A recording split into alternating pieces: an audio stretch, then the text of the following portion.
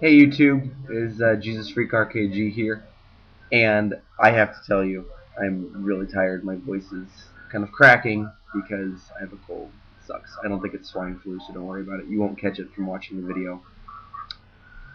I saw the new Star Trek movie last night. Oh my gosh. Holy freaking crap. It was amazing. It was so good. I mean, wow. Now, I admit, I am a Trekkie.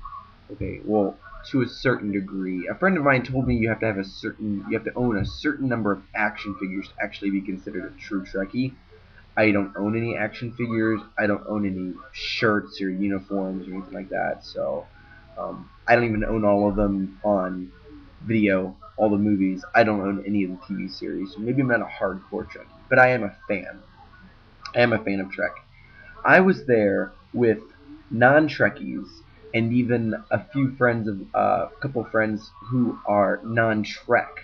They're just not Trekkies, they're not fanboys, and they loved it too. This thing is not just a good sci-fi movie. This is a great film. I have never have I been so energized and excited after a movie as I was when I saw that movie. I mean, Dark Knight. I mean, is probably the closest thing. Dark Knight, though, I knew it was going to be awesome, and it was awesome. Star Trek, I was excited, but I didn't really have that high of expectations. I thought, there's no way they can rejuvenate this. I love it, but it's over 40 years old. People see it as sciencey and geeky. There's no way that you can redo these characters and into the modern day and to be able to interpret it for today's audience and make it accessible to non-Trek fans. No, that is completely a wrong assumption of mine, and it's exactly what they did. Everyone has been saying on the internet how this film is accessible to the non-Trek fans, and it really is. It is. It's really a love story for Trek. I mean, in the first X-Men movie, where Wolverine is complaining about the uniforms, how they're really geeky and dorky. He's like, "You guys actually go out in these?" And Cyclops says, "Well, what would you expect? Yellow spandex?" And it's kind of like a little, nod to the fans there. There are several instances of that in this film. I would tell you, but then I would ruin it for you. There are a lot. So for the fans, you'll get it. And the way they're delivered are funny enough. So even if you're not fan, I mean, these aren't even fan things. These are things that are ingrained in our culture, in our pop culture, about Star Trek. And so whenever people think about Star Trek, what are some lines people already think? Those are in the movie.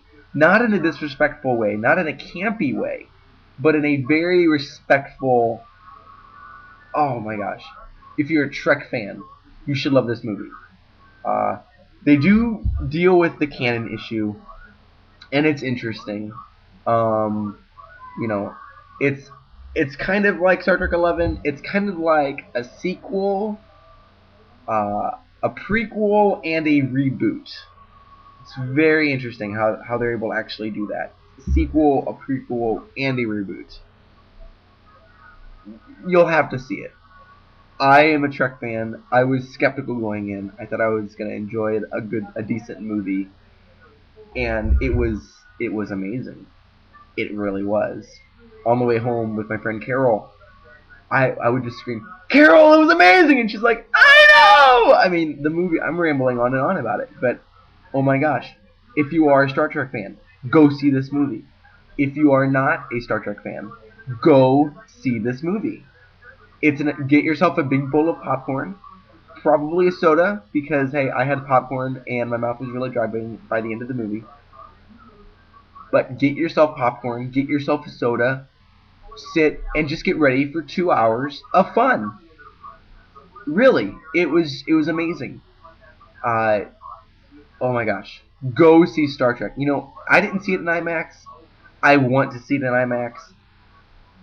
the space battle sequences and the shots of the ship in IMAX would just, I can't imagine them being anything but incredible. I mean, honestly, they were wowing me just on the big screen. So yeah, if you have any doubts about this movie, you thought maybe I'll see it, maybe I'll rent it, don't rent it. You have got to see this thing on the big screen. The musical score is brilliant. It really is. It is gorgeous. The sound design is so crisp and clear. The sound design alone needs to win an Oscar. Okay, the sound design isn't why I'm freaking out, but that's just another portion of the movie. It is seriously Oscar worthy. I would predict that it will be nominated for an Oscar for Best Sound. This movie is amazing. It is very well written, very well directed. J.J. Abrams did amazing. J.J. Abrams did for Star Trek what Christopher Nolan did for Batman. Not even kidding you. It's the same. It really is. It's amazing, and it's what it really has gotten the treatment that Batman has gotten, and that 007 has gotten. It makes it more accessible to the mainstream audience while still being faithful, I think, enough to Trek. And you know what? Are there some canon issues? Are there some things that may make fanboys kind of cringe a little? You and I know very well that within Star Trek, there's a very loose canon anyway. Don't believe it? Look up one of my favorite YouTube videos. It's called Star Trek Mistakes. I believe the individual who did it in about 4 or 5 parts. It's hilarious, but oh my gosh, they can't decide. You know, can Data float? Can he not float? Did Riker and Troy ever kiss with a beard, or didn't they? You know, there's very loose canon anyway. It's very loose, but regardless, this film is amazing. Go see it. Go see it opening weekend. It'll be great. You know, the crowd cheered. You know, we gave the film an ovation afterwards. We were clapping. We were laughing. You know, go see it. And that is all. I guess it wouldn't be a Star Trek video if I didn't do one of these.